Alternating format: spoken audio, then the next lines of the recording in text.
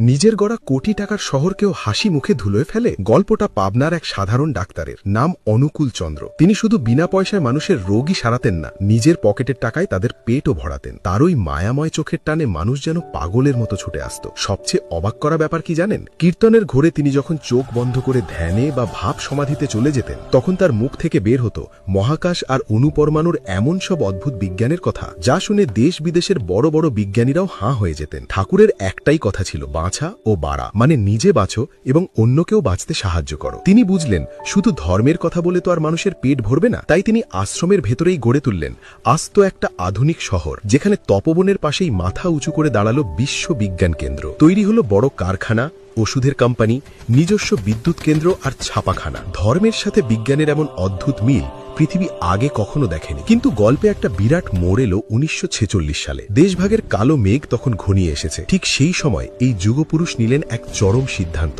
নিজের হাতে তিল তিল করে গড়া স্বপ্নের সাম্রাজ্য, কোটি টাকার সম্পত্তি, সবকিছু চোখের নিমেষে ছেড়ে দিলেন। একটুও মায়া তাকে আটকাতে পারল না। মাত্র কয়েকজনকে সাথে নিয়ে তিনি চলে এলেন দেওঘরের এক রুক্ষ শুকনো পাথুরে জমিতে, আর একদম শূন্য থেকে মাটি খুঁড়ে আবার শুরু করলেন নতুন লড়াই। তার সেই জাদুকরী ভালোবাসার টানে সারা দেশ থেকে হাজার হাজার মানুষ আবার ছুটে এলো ওই দেওঘরে। সেই পতিত জমির ওপর ঘাম ঝরিয়ে গড়ে উঠল আজকের বিশাল সৎসঙ্গ আশ্রম, বড় হাসপাতাল আর আনন্দবাজার। কোনো ম্যাজিক নয়, বুক ভরা ভালোবাসা আর কাজ দিয়েও যে মানুষের মনে ভগবান হওয়া যায়, তিনি তার সবচেয়ে বড় প্রমাণ। শ্রী শ্রী ঠাকুরের এই নিঃস্বার্থ ভালোবাসার গল্প যদি আপনারও মন ছুঁয়ে যায়, তবে আজ কমেন্ট বক্সে ভালোবেসে একবার লিখুন জয়গুরু।